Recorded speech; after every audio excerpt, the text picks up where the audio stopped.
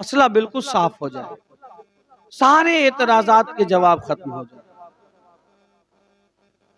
तलाक का इख्तियार मर्दों को है, कब है, कैसे? दुनिया कहती है कि साहब तलाक मुसलमानों के यहाँ, अरे मुसलमानों के यहाँ तलाक, अगर तलाक ना रहे तो पागल होकर मर जाएंगे लोग। लेकिन तलाक का डिफिनेशन क्या है, तलाक की तशरीह क्या है, शरीयत में तलाक कब है और कैसे है? तलाक एक दवा है, ग़िज़ा नहीं है। समझे नहीं समझे? आप नहीं समझ रहे हैं, माफ कीजिए। तलाक इस्लामी कानून में एक दवा है, ग़िज़ा नहीं है। भरपेटा खाना चावल और रोटी की तरह से वो नहीं है। तलाक दवा है, और दवा कब खाई जाती है? जब जरूरत पड़ती है तब, और जितनी जरूरत पड़ती है उतनी, बक़द्रे जरूरत और हस्बे जरूरत।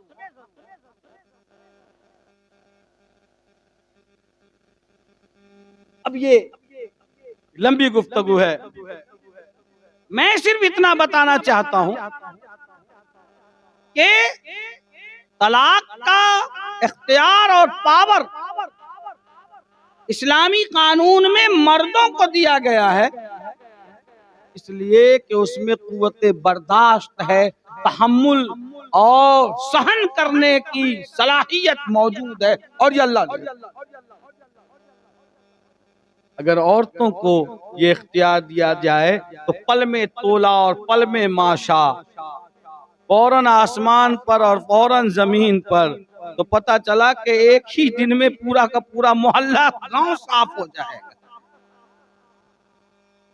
ये कुदरत की हिकमत है, ये हमने नहीं दिया, अल्लाह ने दिया। लेकिन अलबत्ता अल्लाह रब्बुल इज्जत ने ये जरूर फरमाया है कि देखो तलाक कब देना है और कैसे देना है। तुम तलाक का अगर तुम्हें इख्तियार दिया गया है, ये इख्तियार बहुत आखिरी दर्जे में, रेयर केस में तुम्हारे लिए दवा की हैसियत से है। तुम इसको अपना पावर समझकर मिसयूज करोगे और बाप की जागीर समझकर जब चाहो जैसे इस्तेमाल करोगे तो तुम बदतरीन मुजरिम कहलाओगे, और तुम्हारा किरदार अल्लाह और उसके रसूल की निगाह में मुजरिमाना होगा, और समाज के नाम पर तुम बदनुमा दाग और धब्बा बनो। समझिए, इस्लाम में वल्लाती तखाफून नुशूज़हुन्न फ़अज़ूहुन्न वहजुरूहुन्न फ़िल मज़ाजिअ, कब तलाक देनी है?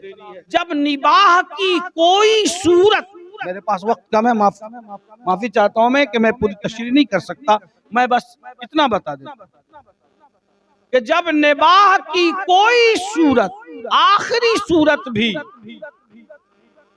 कारगर न हो सके और शौहर और बीवी में इस तरह से दूरी हो जाए जैसे नदी के दो किनारे हैं जो दोनों एक दूसरे के रूबरू होते हैं, लेकिन दोनों किनारे आपस में मिलते नहीं हैं।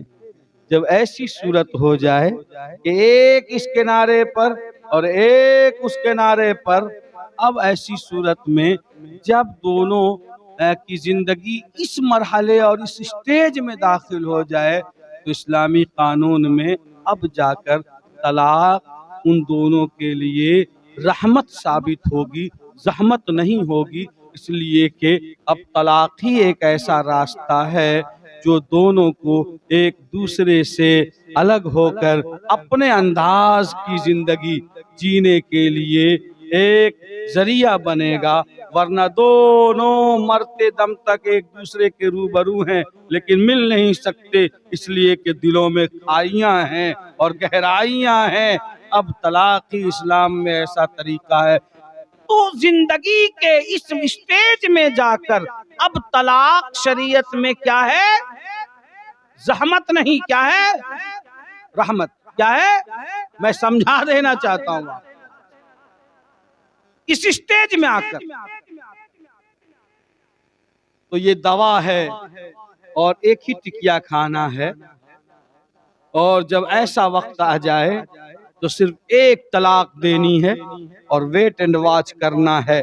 अगर बीमारी ठीक हो गई, अगर उस औरत में दोबारा फर्माबरदारी का जज्बा पैदा हो गया तो एक ही टिकिया से काम चल गया।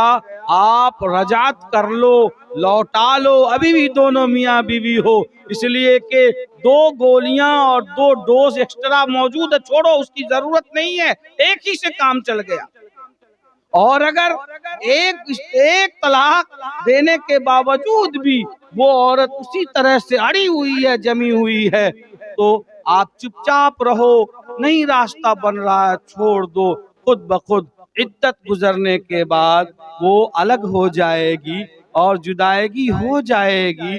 जनाब, एक ही टैबलेट से और एक ही डोज से और एक ही दवा से काम चल रहा है, तो 2 और 3 इस्तेमाल क्यों करोगे? अगर बिला वजह करोगे तो रिएक्शन हो जाएगा, मर भी सकते हो।